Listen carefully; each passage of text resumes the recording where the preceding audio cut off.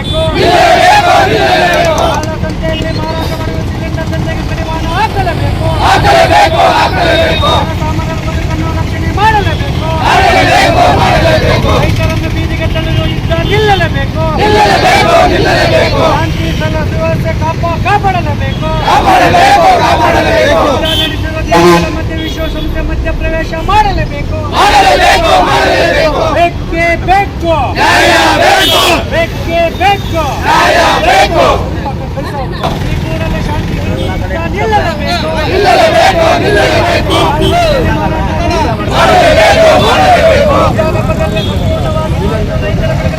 ಘೋಷಣೆ ಮಾಡಲೇಬೇಕು.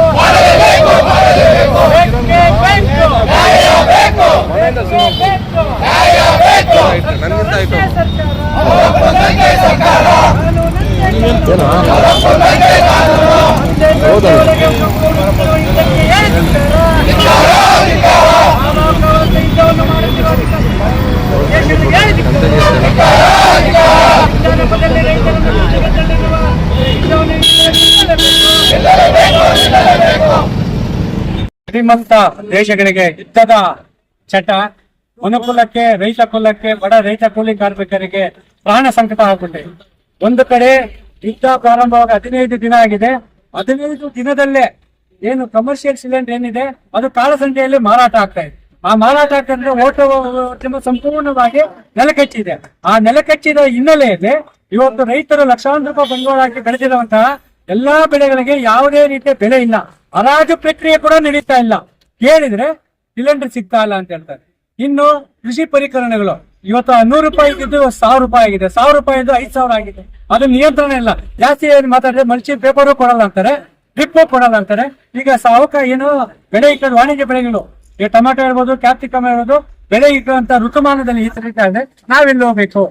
ಇನ್ನ ಯುದ್ಧ ನಿಲ್ಲಿಸುವಂತೆ ವಿಶ್ವಸಂಸ್ಥೆ ಕೇಳೋರೇ ಇಲ್ಲ, ವಿಶ್ವಸಂಸ್ಥೆ ಇಲ್ಲ. ಇವತ್ತು ಆಗ್ತಾ ಇರೋದು ಅಲ್ಲಿನ ಅಧ್ಯಕ್ಷರು ಯಾರು ಸಾಯ್ತಾ ಇಲ್ಲ, ಅಲ್ಲಿ ಸಾಯ್ತಾ ಇರೋದು ಅಮಾಯಕರು ಪ್ರಾಣ ಹೋಗ್ತಾ ಇದೆ. ನಾವು ಕೇಳ್ತಾ ಇರೋದೇನಂದ್ರೆ ಈ ದೇಶಕ್ಕೆ ಮಾರಕ, ಪ್ರಪಂಚಕ್ಕೆ ಮಾರಕ ಯುದ್ಧ ನಿಲ್ಲಲೇಬೇಕು. ಕೃಷಿ ಪರಿಕರಣಗಳು ಏನು ಗ್ಯಾಸ್ ಸಿಲಿಂಡರ್ ಕಾಳಸಂತೆಯಲ್ಲಿ ಮಾರಾಟ ಆ ದಂಧೆಗೆ ಕಡಿವಾಣ ಹಾಕ್ಲೇಬೇಕು. ಇಲ್ಲವಾದ ರೈತರು ಬೆಳೆದಂತ ಬೆಳೆಗಳೇನಿದೆ, ಈ ಸ್ವೀಟ್ ಕಾರ್ನ್ ಕೆಜಿ 20 ರೂಪಾಯಿ ಇತ್ತು, ಈಗ ನೋ ಸೇಲ್ ಇದೆ, ಕೇಳೋರೇ ಇಲ್ಲ. ಅದನ್ನ ಎತ್ಕೊಂಡು ಹಸುಳ್ಕನ ಹಾಕೋಣ, ಅವ್ರು ತಿಂತಲ್ಲ, ಅವ್ರು ಕೋಪ ಬಂದ್ಬಿಟ್ಟೈತೆ. ನಾನು ಯಾವ ಪಾಪ ಏನು ಕೆಲಸ ಮಾಡಿಲ್ಲ, ರೈತರಿಗೆ ಏನು ಮಾಡಿಲ್ಲ, ಆ ಪಾಪದ ಇದು ನಾಯಕ ಬರ್ತೀನ ಅನ್ನೋ ಪರಿಸ್ಥಿತಿ ಇದೆ. ಮೂಕ ಪ್ರಾಣಿಗಳಿಗಂತಿರುವಂತಹ ಮಾನವೀಯತೆ ಇವತ್ತು ಮಾತು ಬರುವಂತ ಮನುಷ್ಯನಿಗಿಲ್ಲ ಅಂತ ಪರಿಸ್ಥಿತಿಯಲ್ಲಿರುವಾಗ ಈ ಕೂಡಲೇ ಯುದ್ಧ ನಿಲ್ಲಬೇಕು. ಜನಸಾಮಾನ್ಯರ ಬದುಕು ರಕ್ಷಣೆ ಆಗಲೇಬೇಕು. ರೈತರ ಬೆಳೆದಂತ ಬೆಳೆಗಳಿಗೆ ಉತ್ತಮವಾದ ಬೆಲೆ ಸಿಗಬೇಕು. ಇಲ್ಲವಾದ ಸಂಸತ್ ಭವನಕ್ಕೆ ನಾವು ತರಕಾರಿಗಳ ಸಮೇತ ಮುತ್ತಿಗೆ ಹಾಕುವ ಎಚ್ಚರಿಕೆ ನೀಡ್ತೇವೆ.